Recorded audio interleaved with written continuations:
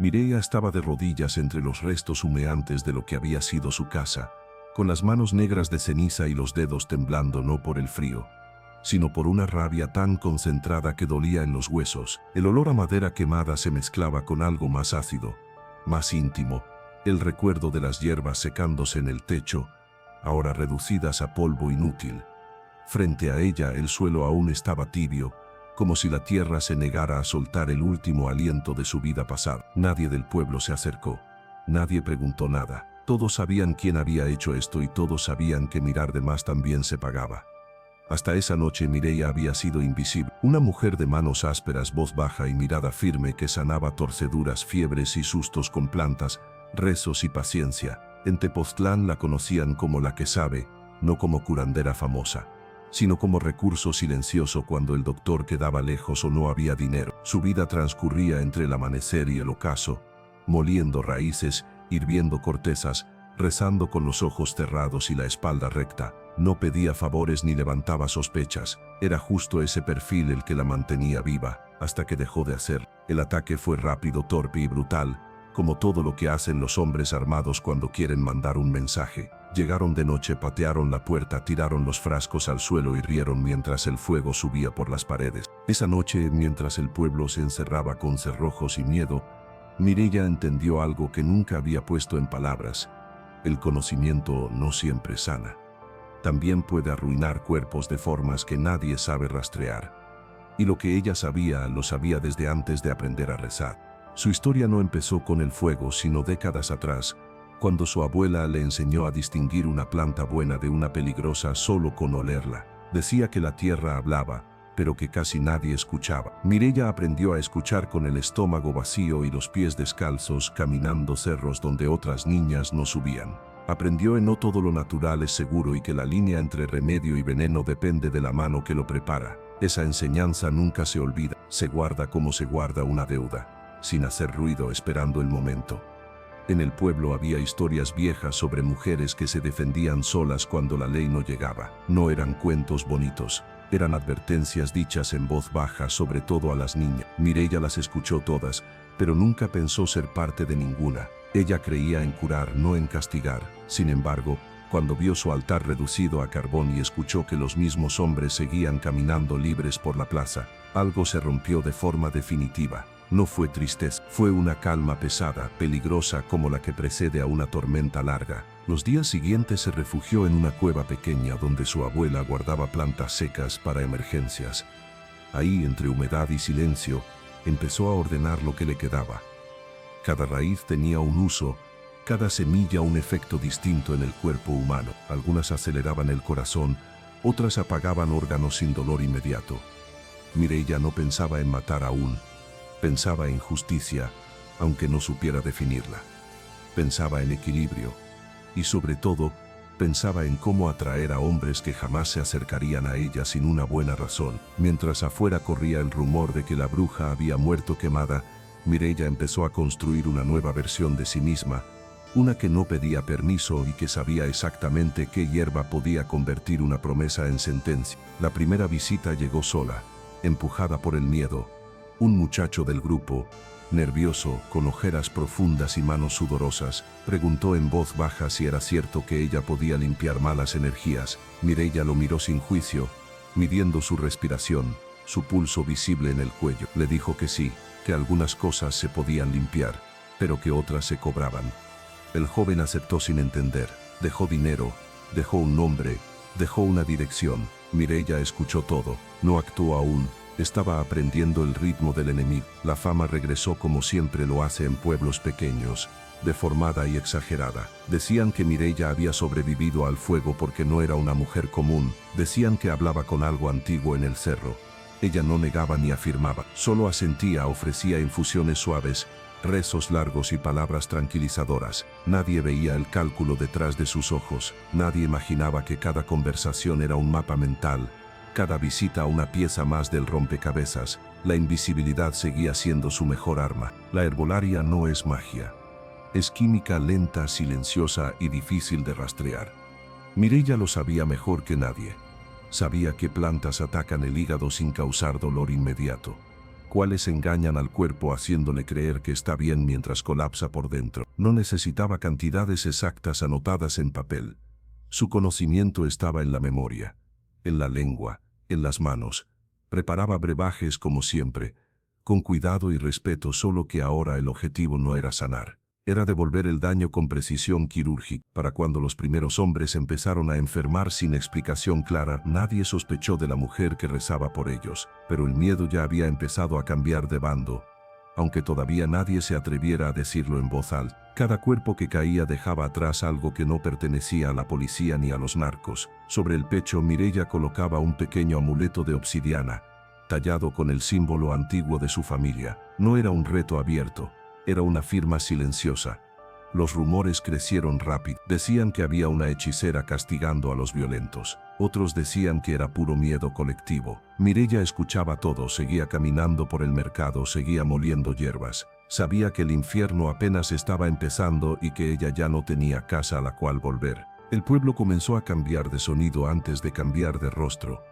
Ya no eran risas abiertas en la plaza ni música fuerte los domingos, sino murmullos cortados, pasos rápidos y miradas que se desviaban cuando alguien mencionaba un nombre incómodo. Mireya notó ese cambio como se notan las lluvias antes de que caigan, en el aire espeso, en los animales inquietos, en la forma en que la gente apretaba las bolsas contra el pecho. Los hombres que antes caminaban confiados ahora se tocaban el cuello, el estómago, como si el cuerpo les estuviera avisando algo que la cabeza se negaba a aceptar. Ella seguía con sus rutinas, levantándose antes del amanecer para recolectar plantas cuando aún no habían sido tocadas por el sol fuerte. El rocío hacía que las hojas brillaran como si nada malo pudiera salir de ahí. Cortaba lo justo, nunca de más, porque la tierra también cobra abusos.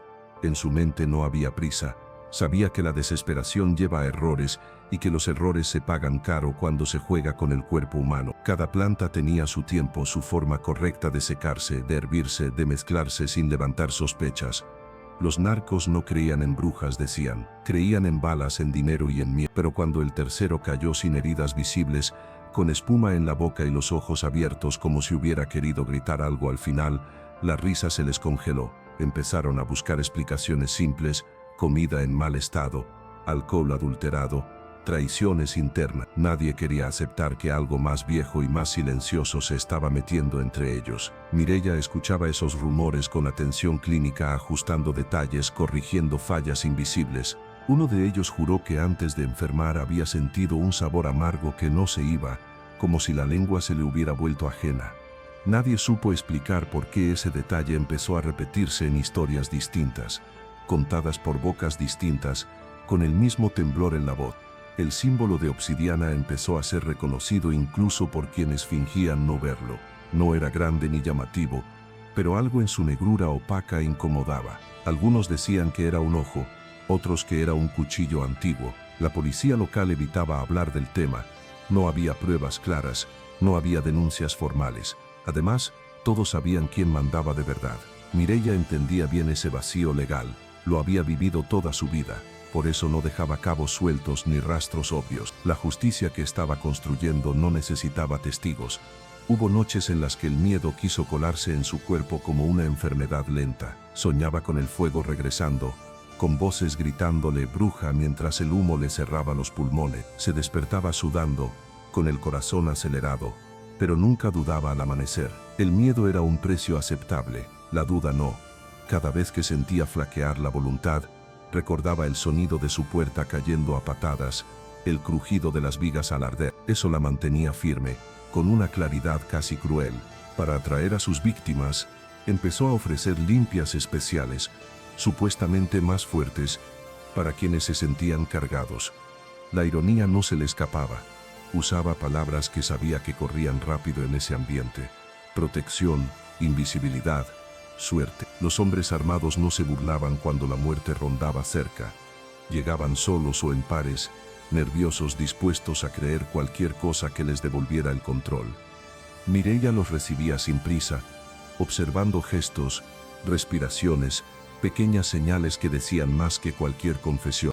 Cada ritual falso era una coreografía calculada. Humo, rezos largos, silencios incómodos. Nadie notaba que lo verdaderamente peligroso no estaba en las palabras, sino en el líquido oscuro que ella les ofrecía beber al final, con una sonrisa tranquila. No todos morían de inmediato.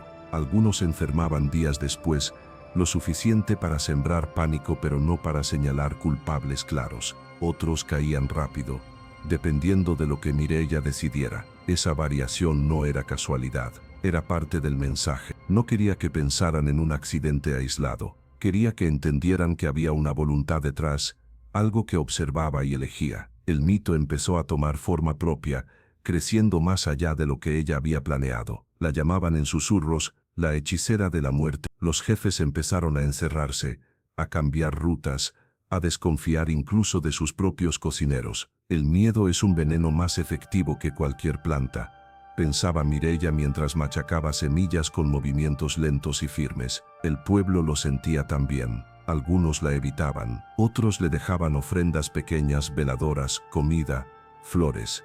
Nadie decía gracias en voz alta. En lugares así, sobrevivir ya es una forma de agradecimiento. Mireia aceptaba todo sin gestos dramáticos, consciente de que la línea entre protectora y amenaza es delgada. Sabía que no podía detenerse a medias. Cada paso atrás sería una invitación al castigo. Pero también sabía que el final no sería limpio. No hay venganza sin consecuencias. No hay justicia que no manche las manos. A veces se preguntaba si aún era la misma mujer que sanaba niños con fiebre y animales heridos. La respuesta no importaba tanto como el presente. El fuego había marcado un antes y un después irreversible.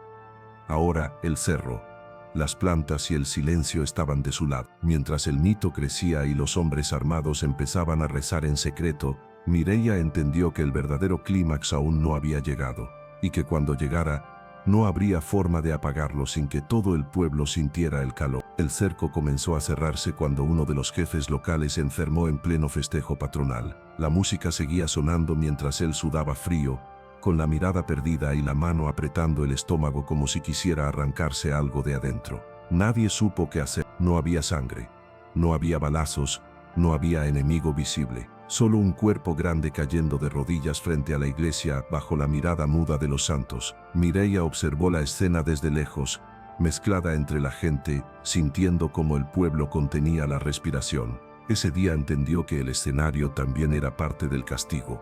No bastaba con eliminar a los culpables.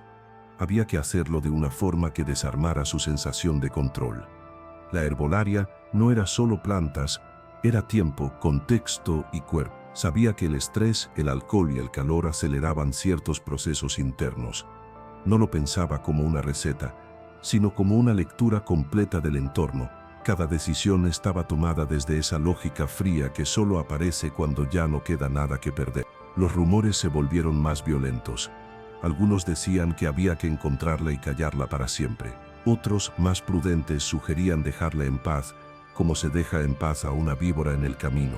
Mireia escuchaba esas versiones a través de terceros, sin exponerse. Cambiaba rutas, horarios, incluso la forma de hablar. La paranoia empezó a instalarse también en ella como una sombra persistente. Dormía poco, comía lo justo. Sabía que el cansancio es enemigo del cálculo. Una noche, mientras limpiaba una raíz bajo la luz mínima de una vela, se preguntó cuántos nombres más tenía anotados en la cabeza y cuántos de ellos llegarían vivos al final del mes. No era duda moral, era logística pura. Empezó a usar intermediarios sin que ellos lo supieran. Gente que recomendaba sus servicios creyendo que ayudaba a calmar el ambiente. La necesidad hace cómplice a cualquiera. Mireia nunca prometía milagros, solo ofrecía equilibrio, una palabra que suena justa incluso cuando es una mentira bien envuelta. Los hombres llegaban tensos, armados hasta los dientes, pero desarmados por dentro. Ahí estaba su verdadera vulnerabilidad. No necesitaba tocar armas cuando podía tocar miedos. Algunos intentaron tenderle trampas. Mandaron a otros a probarla, a observarla, a ver si cometía errores. Mireia los trató como a todos, con calma, con silencio, con una atención casi maternal que bajaba defensas. Sabía leer cuándo alguien estaba ahí para curarse y cuándo para vigilar. Con esos últimos era especialmente cuidadosa. No todos los encuentros terminaban en muerte. A veces solo sembraba confusión, síntomas leves, dudas suficientes para que desconfiaran de todos menos de ella. El amuleto de obsidiana empezó a aparecer en sueños de los sicarios. Eso decían, un objeto pequeño, negro, imposible de romper. Algunos lo tiraban lejos del cuerpo, pero siempre regresaba en el recuerdo. Mireia no necesitaba que todos murieran, necesitaba que todos creyeran. El mito era más resistente que cualquier hombre armado, y los mitos, cuando se instalan, cambian conductas sin disparar una sola bala. En el fondo, Mireia sabía que estaba empujando algo que ya no podría controlar del todo. Cada muerte añadía peso a su nombre y ese peso atrae miradas peligrosas. La pregunta no era si vendrían por ella, sino cuándo y con cuánta rabia. El cerro empezó a sentirse distinto. No era superstición, era experiencia. Cuando algo se tensa demasiado, la naturaleza responde. Los perros aullaban sin razón aparente. Las aves cambiaban de ruta. Mireia tomaba nota de esos signos con el mismo respeto que le había enseñado su abuela. No eran advertencias mágicas, eran lecturas del ambiente. Sabía que el siguiente paso debía ser más grande, más definitivo. No podía seguir en el terreno de lo ambiguo por mucho tiempo. La comunidad estaba partida. Algunos la veían como castigo necesario, otros como una amenaza que podía traer represalias peores. Mireia entendía ambos lados. No pedía lealtad ni aplausos, solo silencio. El silencio es una moneda poderosa en pueblos pequeños, y hasta ese momento se lo estaban pagando. Pero el silencio también tiene fecha de caducidad cuando el miedo cambia de manos. Al final de esa semana encontró una marca nueva en la tierra cerca de su refugio. Huellas recientes, torpes, de alguien que no conocía el terreno. No entró en pánico. Sonrió apenas. Había llegado el momento de ajustar el juego, dejar de reaccionar y empezar a provocar. Sabía exactamente qué ofrecer y a quién. La herbolaria tenía aún secretos más profundos, reservados para cuerpos grandes, acostumbrados a la violencia. Mientras preparaba un nuevo brebaje más espeso y oscuro que los anteriores, Mireia entendió que el siguiente movimiento ya no sería silencioso, y que después de eso nada volvería a ser solo un rumor. El siguiente paso no ocurrió en la oscuridad, sino a plena luz del día, cuando la gente cree estar más segura. Mireia dejó que el mensaje corriera solo, una limpia especial para protegerse de traiciones internas, algo que calmara la mala suerte que se estaba llevando a varios hombres importantes. No tuvo que insistir. La paranoia ya había hecho su trabajo. El hombre que llegó esa vez no era cualquier sicario nervioso, era uno de los que daban órdenes, acostumbrado a que todos bajaran la mirada cuando hablaba. Esa costumbre fue lo primero que perdió al cruzar la puerta. Mireia lo recibió con la misma voz tranquila de siempre. Le pidió que se sentara, que respirara, que dejara el arma afuera porque la energía del metal interrumpe el ritual.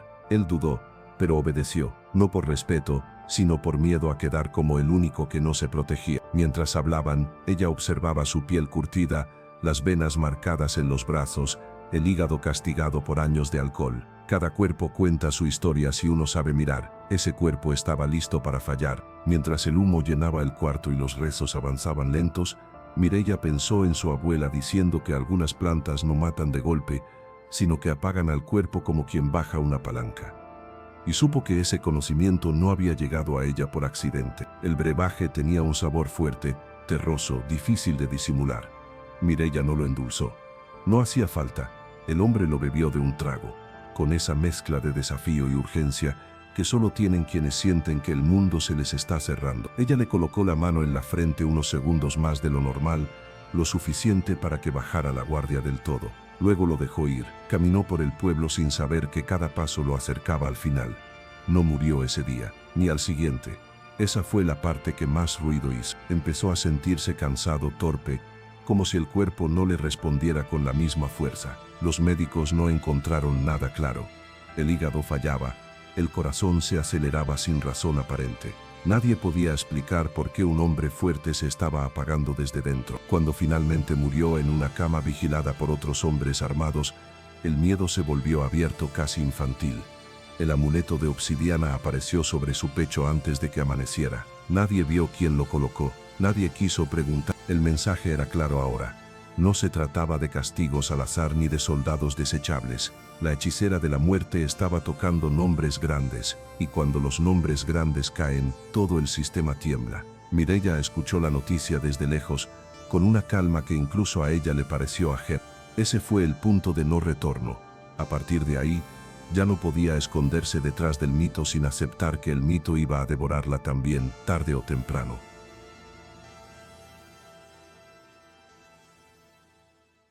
Los narcos reaccionaron como siempre, con fuerza bruta y desorden.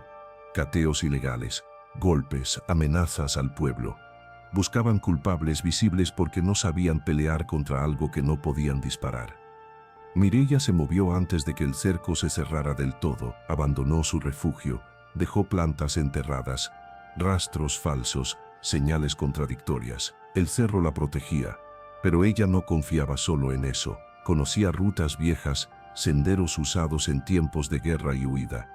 La comunidad empezó a pagar el precio, no muertos, pero sí miedo constante. Mireia lo sentía como una espina clavada. Nunca quiso arrastrar a otros a su venganza. Sin embargo, ya no había marcha atrás limpia. Algunos empezaron a maldecir su nombre en silencio. Otros la defendían con la misma discreción. Nadie ganaba del todo. Así funcionan las guerras que no se declaran. Así se rompen los pueblos desde adentro.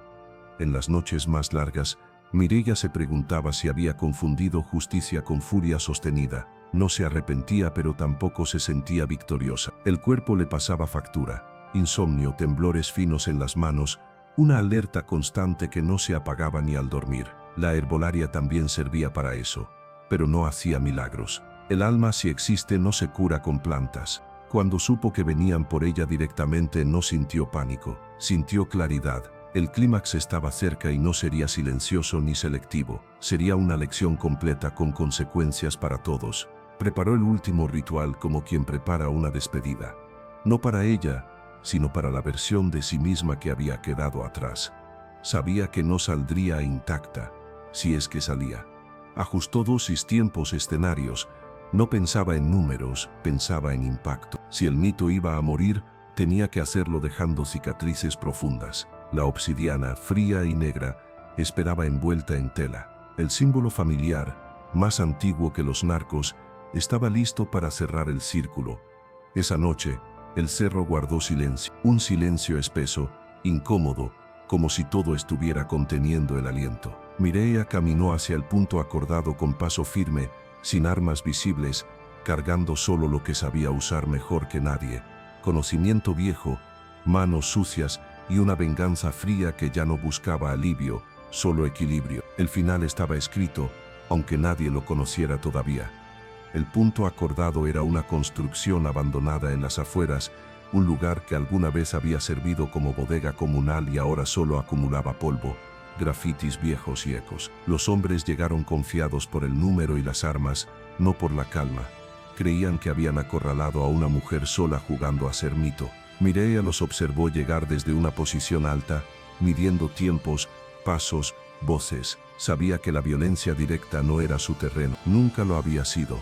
Lo suyo era la espera y el desgaste.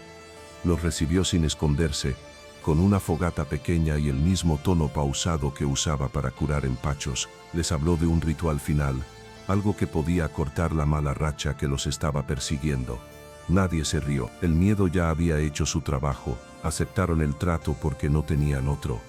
Mireia les dio de beber a varios, no a todos. Esa selección era clave. El resto observaba, inquieto, con la mano cerca del gatillo. No sabían que el verdadero golpe no sería inmediato. Mientras el brebaje bajaba por las gargantas equivocadas, Mireia sintió algo parecido a la tristeza. Pero no se detuvo. Sabía que algunos efectos no se anuncian con dolor, sino con una falla súbita, como cuando un motor se apaga en plena subida. El primer colapso ocurrió minutos después. Un hombre grande cayó de frente convulsionando, golpeándose la cabeza contra el concreto. El pánico estalló. Armas levantadas, gritos, órdenes contradictorias. Mireia no corrió, dio un paso atrás, luego otro, sabiendo que el caos era parte del diseño. Otros empezaron a sentir mareos, dificultad para respirar, una presión brutal en el pecho. No era una masacre limpia, era desordenada, lenta, imposible de controlar. Algunos dispararon al aire, otros intentaron huir. Los que bebieron no llegaron lejos, los que no se quedaron marcados para siempre. Mireia se movía entre ellos como una sombra práctica, dejando amuletos de obsidiana sobre los cuerpos caídos, uno por uno, sin prisa. No había rabia en sus gestos, solo una concentración absoluta. Cuando los sobrevivientes finalmente lograron escapar, lo hicieron sin mirar atrás, llevando el mito grabado en la memoria. Al amanecer, la noticia ya había corrido. No fue un enfrentamiento, no fue una traición interna, fue ella. Y esta vez nadie pudo fingir que no lo sabía. Las consecuencias llegaron rápido. El pueblo fue sitiado por días. Llegaron fuerzas externas, preguntas sin respuestas, miradas que querían culpables simples. Mireya no estaba. Había dejado el cerro antes del primer helicóptero. Algunos dijeron que la vieron subir por senderos imposibles. Otros juraron que se había ido para siempre, disuelta en la montaña. La policía encontró cuerpos, amuletos, rastros confusos. No hubo arrestos. No hubo cierre oficial. Solo silencio institucional. El mito de la hechicera de la muerte creció fuera de Tepoztlán. Llegó a otros pueblos, a otras bocas. Algunos lo usaban para asustar a nuevos reclutas, otros como advertencia interna. El símbolo de obsidiana se volvió sinónimo de castigo silencioso. Mireya, mientras tanto, siguió moviéndose. Nunca se quedó demasiado tiempo en un lugar. Sanaba cuando podía. Evitaba nombres grandes. La venganza había terminado. Pero la huella no se borra. Las noches eran más pesadas ahora. Soñaba con los rostros de quienes no eligieron nada de eso. Se preguntaba si el equilibrio existía o si solo había cambiado el peso de un lado a otro. No buscaba redención. Sabía que no la merecía ni la necesitaba. Vivía con lo que había hecho, como se vive con una cicatriz mal cerrada, aprendiendo a no tocarla demasiado. A veces en pueblos lejanos, alguien encontraba un amuleto de obsidiana sin cuerpo alrededor. Nadie sabía qué significaba. Mireya, no todas las advertencias necesitan un final sangriento. El cerro siguió ahí, indiferente. Las plantas siguieron creciendo, buenas y malas, esperando manos que supieran distinguirlas. Mireya entendió que su conocimiento siempre había sido neutral. Lo que lo volvió arma fue el mundo en el que le tocó vivir. No se consideraba heroína ni monstruo, solo una mujer a la que le quemaron la casa y le dejaron pocas opciones. Si alguien preguntaba por ella, nadie daba respuestas claras. Así funcionan las leyendas útiles. Cambian de forma, se diluyen, sobreviven, y en los lugares donde la ley llega tarde y el miedo manda temprano, el nombre de Mireya seguía circulando, no como promesa sino como advertencia, porque hay saberes que una vez despertados no vuelven a dormirse del todo. Con el tiempo, la violencia directa disminuyó, pero no por justicia sino por cálculo. Los grupos que quedaron aprendieron a moverse con más cuidado, a no llamar tanto la atención, a no tocar lo que no entendían. El miedo no los volvió buenos, solo más discretos. En Tepoztlán, la gente retomó rutinas con una cautela nueva, como quien vuelve a habitar una casa después de un incendio, consciente de que cualquier chispa puede repetir la tragedia. Nadie volvió a hablar abiertamente de Mireya, pero su ausencia pesaba más que su presencia. Algunos ancianos decían que siempre había existido una figura así, solo que con distintos nombres. Que en épocas de revolución, de sequías o de abusos, la tierra misma empujaba a alguien a equilibrar la balanza. No lo decían con orgullo, sino con resignación, como si aceptar eso fuera admitir que el mundo nunca ha sido justo y que a veces la justicia llega por caminos sucios. Mireya se convirtió en una de esas historias que no se enseñan a los niños, pero que se entienden cuando crecen. En cantinas lejanas, entre tragos y silencios incómodos, los sobrevivientes juraban que no había forma de protegerse del todo, que no servían chalecos ni pistolas cuando el enemigo entraba sin avisar, mezclado con rezos y promesas de alivio. Mireya, lejos de ahí, intentó vivir sin ser vista otra vez. Cambió su forma de vestir, su manera de hablar, incluso su nombre. Siguió trabajando con plantas, pero con límites claros. Evitaba cualquier cosa que pudiera convertirse en arma. Aún así, el conocimiento no se borra. Hay sabores que nunca se olvidan, olores que regresan en sueños. A veces despertaba con el corazón acelerado, convencida de que alguien la había reconocido. La paranoia se volvió compañera constante, una consecuencia más que nadie le había advertido. No volvió a formar un hogar como antes. Nada permanente, nada que pudiera arder. Aprendió a cargar su vida en pocas cosas, un morral, algunos frascos, el amuleto familiar que nunca dejó atrás. La obsidiana no era un trofeo, era un recordatorio de lo que fue capaz de hacer y de lo que no quería repetir. Cada vez que la tocaba, sentía el peso exacto de sus decisiones, sin romanticismo, sin orgullo. Hubo noches en que se preguntó si todo habría sido distinto si alguien en algún momento hubiera dicho basta antes que ella. La respuesta siempre llegaba igual. El silencio también es una forma de violencia. En Tepoztlán, los jóvenes crecieron escuchando versiones fragmentadas de la historia. Algunos la exageraban, otros la minimizaban. La policía archivó el caso como una serie de muertes sin patrón claro, aunque todos sabían que eso no era verdad. No convenía remover el pasado, no convenía admitir que una mujer sola había desestabilizado algo que se suponía intocable. El olvido oficial fue parte del trato no escrito para seguir adelante. El cerro siguió guardando secretos.